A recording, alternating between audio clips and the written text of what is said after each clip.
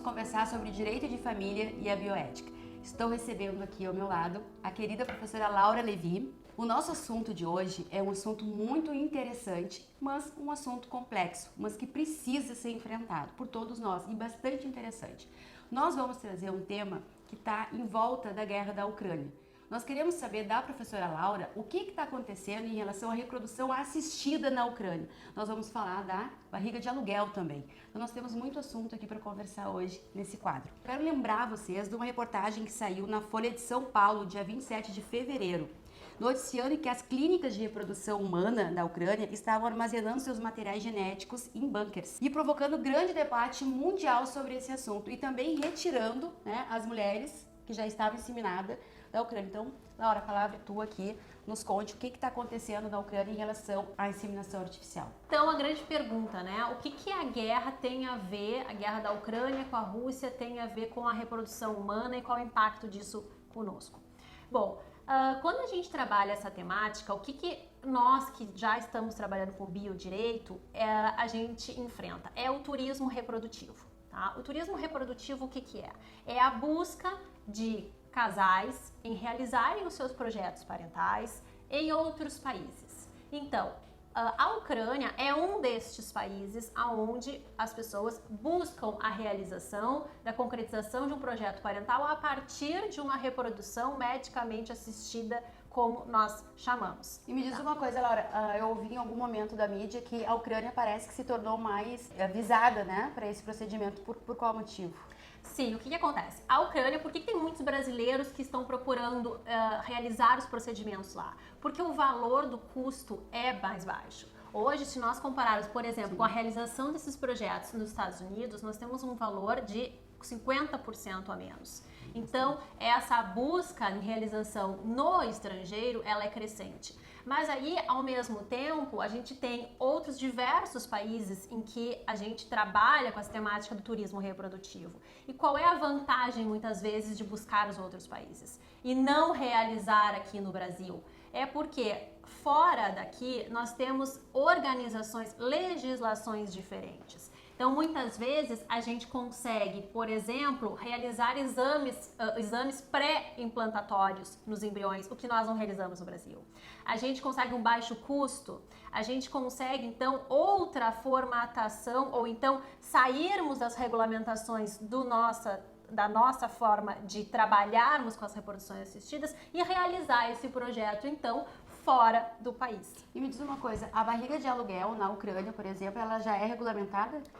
A barriga de aluguel, que nós chamamos, na verdade, tecnicamente, de gestação por útero de substituição, ela é regulamentada na Ucrânia, ela é legalizada na Ucrânia, o que difere um pouquinho da nossa realidade brasileira, tá? Sim. Mas então, ela é regularizada, mas tem alguns requisitos diferentes do nosso.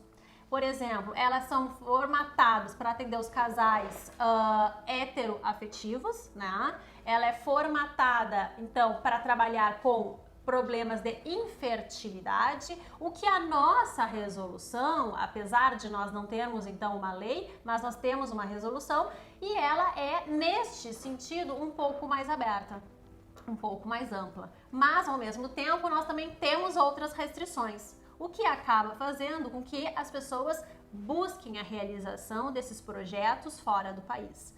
Para tu teres uma ideia, por exemplo, agora neste período em que foi veiculada a notícia, veiculada poucos dias após o início da guerra, por quê? Porque os casais que já haviam contratado este serviço de reprodução humana a partir do útero de substituição, eles estavam apreensivos em saber o que iria acontecer. Né? Então, o que foi a tomada de decisão do país? Inicialmente, transferir os materiais genéticos que estavam criopreservados para os bunkers no sentido de garantir segurança. Mas o que está em jogo não é só o risco de vida das gestantes já em procedimento, como também o risco dos materiais genéticos que estão armazenados. Sim.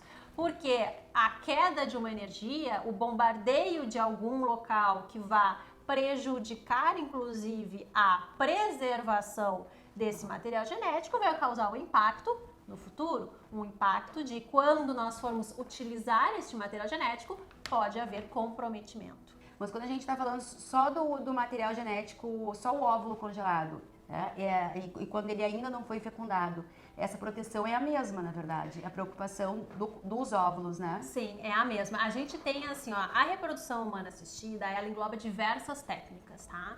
Dentre essas técnicas, nós temos, por exemplo, os oócitos que nós chamamos, né? Que são as questões dos gametas masculinos e femininos, que aí nós temos então o óvulo, nós temos o espermatozoide, nós temos já a união desses dois materiais, então nós estamos falando dos embriões, e nós temos também a possibilidade de armazenamento dos tecidos germinativos ou das gônadas, né? Tecidos gonadais, na verdade, que a gente chama que são para uma futuro desenvolvimento, uma futura retirada de material humano genético, de material genético de reprodução humana. Então, a preocupação neste momento, nesse nosso assunto que nós falamos sobre a guerra, ela é a mesma, porque a necessidade de preservação é do material, né? Assim como a gente protege o material, a gente busca uma proteção das mulheres que já são ascendentes de útero, que já estão neste processo, então, de reprodução assistida, por útero em substituição, que são as conhecidas barrigas de aluguel. O ponto agora é sobre barriga de aluguel. Nós sabemos que na Ucrânia, barriga de aluguel já está legalizada. Agora nós queremos saber da professora Laura como que está rolando a legislação, né, o projeto de lei em relação à barriga de aluguel aqui no Brasil. Conta tudinho para nós.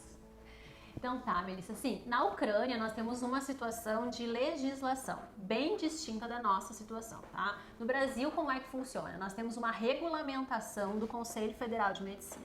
Desde sempre, as nossas formatações de orientação, que nós chamamos de normas éticas e deontológicas da reprodução humana assistida, ela é feita pelo Conselho Federal de Medicina, tá? Essas resoluções, elas são editadas e reeditadas conforme a mudança do avanço científico, a mudança também das questões sociais e as questões culturais. Então, começam a surgir novas situações e o Conselho Federal de Medicina é provocado a atender essas novas situações. Então, a reprodução humana assistida, e aqui falando que tu me pediste para trabalhar a questão da barriga de aluguel, que a gente chama tecnicamente, né, da gestação por útero e substituição, o que ela é regulamentada? Nós tivemos no Brasil, agora no ano de 2021, uma nova resolução do Conselho Federal de Medicina, de número 2294. Ela entrou em vigor em junho do ano passado. O que ela trouxe de novo neste ponto? Bom, por um lado, ela trouxe uma ampliação do grau de parentesco daquelas mulheres que podem ser as ascendentes de útero, que nós chamamos, né? Nós tínhamos uma orientação de que deveria ser até o 2º grau de parentesco. Só explica um pouquinho para nós aqui o que significa esse 2º grau de parentesco, porque nem todo mundo que está nos ouvindo aqui é do mundo jurídico, tá, né? Então eu vou explicar como é hoje a nossa regulamentação, isso, tá? Então o que ela solicita? Que a cedente de útero, ou seja, aquela mulher que vai ceder o seu útero para a gestação, tá? Ela seja, então, parente consanguínea de um dos partícipes do projeto, né? Ou que aqui não importa se o projeto é de casais homoafetivos ou heteroafetivos, né? Ela tem que ser parente consanguínea de um dos dois. Ok, até o 4º grau. Essa foi uma inovação dessa nossa última resolução. O que é este 4º grau, né? O 1º grau é a mãe, que a gente vai para a ordem superior, né? Depois, 2º grau, nós podemos ter a questão de uma irmã, né? Depois, 3º grau, nós podemos ter uma tia. E 4º grau, nós podemos ter uma prima. Ah, muito interessante. Depois eu pedi pro Rafa pra gente colocar um gráfico aqui pra desenhar, como a gente faz nas aulas de sucessão, né, Laura? A gente vai fazer um desenho aqui pra vocês verem, porque eu acho super interessante. Essa mudança, eu acredito que é uma mudança muito significativa. É o grau, né? Quem pode ceder, então. A ampliação do grau, ela veio com a resolução de 2021. Mas o que também trouxe a resolução de 2021? E aí é uma discussão que ela envolve tanto o direito de família, quanto ela envolve a bioética. Ela determinou que a cedente de útero, ela já deveria ter um filho nascido vivo para poder dispor, né, para ser barriga de aluguel. No direito de família, a reflexão que a gente faz é o seguinte, será que isso não é mais um empecilho ao planejamento familiar? Porque pode ser que eu tenha uma prima que quer ser cedente de útero, mas ela não tem um filho. Ela não quer ser. Né? Então, isso já cria um empecilho ao planejamento familiar, né? Então, é uma discussão que gira no mundo do direito de família. Na bioética, o que a gente trabalha com isso? Mas será que essa imposição da resolução, ela não veio para evitar um conflito positivo de maternidade? Então, as nossas discussões éticas que a gente trabalha, e aí nasce muito esse envolvimento do direito da bioética, é justamente esse. O que é um conflito positivo de maternidade? É justamente quando há um conflito entre aquelas duas mães. A mãe de um projeto parental e a mãe cedente de útero. E aí nascem as nossas novas demandas no direito que a gente passa a ter que enfrentar. E que então a gente não consegue mais trabalhar com um direito de família estático, com um direito de família pragmático, com um direito de família legalista. A gente precisa trabalhar com um direito que se aproprie de um conhecimento que é o conhecimento da bioética. Então, essas discussões, elas permeiam o direito de família e permeiam a bioética. Né? Então, por isso que a primeira questão que tu me fizeste, o que a guerra impacta, né? A questão da reprodução humana assistida, o direito de família e a bioética. Impacta porque esses temas, eles estão interconectados. Né? Então, nós trabalhamos as reproduções assistidas a partir do direito de família e a partir da bioética. E como nós temos muita procura e casais brasileiros buscando em outros países a realização deste projeto parental, a Ucrânia é um destes países, né? A gente tem aí uma situação de conflito que pode acabar gerando transtornos tanto no aspecto da finalização de um projeto parental, quanto na situação de uma proteção ou de uma manutenção de congelamento de material genético. Sim. Laura, lá no início a gente estava conversando e aí tu referiu que na Ucrânia, né, um dos motivos para a Ucrânia ser tão procurada seria o valor, né, o custo. Lá seria até 50% menor.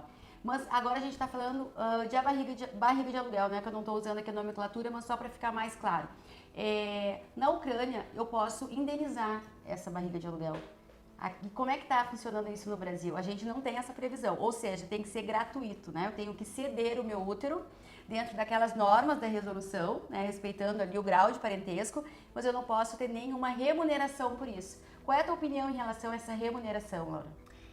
A questão da nossa resolução é o seguinte, é uma cessão temporária de útero. Ela não pode ter caráter lucrativo, tá? Ela é gratuita. Então, por isso que se exige um grau de parentesco, para que ele fique no sentido de realmente haver entre aquele projeto parental dos pais que estão do projeto de desejo do filho e aquelas pessoas que estão cedendo e oportunizando o desenvolvimento de um projeto. Ela é no sentido solidário. Não tem remuneração. O que a nossa resolução prevê é que os custos de toda a gestação até o puerpério seja então absorvido pelo casal, que é o casal do projeto parental. E estes custos, então, eles envolvem toda a questão multidisciplinar. Então, o atendimento nutricional, todo o atendimento, inclusive, de aspectos da saúde médicos, o aspecto de saúde físico, as consultas, alimentação adequada, atendimentos psicológicos, se for necessário, enfim, toda a necessidade de custeio, ela é então absorvida pelo casal do projeto parental. E essa cláusula ela também vai dentro do contrato, existe um contrato, que é o contrato. É feito um contrato, isso é uma outra inovação que a nossa resolução trouxe, porque do que nós tínhamos alguns anos atrás. Porque hoje, a realização de um procedimento de barriga de aluguel, por exemplo, a gente tem toda uma documentação já realizada em clínica. Essa documentação realizada em clínica nos auxilia no momento do registro civil desta criança, o que nós não tínhamos no passado. Então, hoje nós temos estes contratos, toda essa documentação, ela é levada, então, para o hospital e dali o próprio registro de nascido vivo atende a este contrato que foi elaborado e foi executado para a cessão temporária de útero.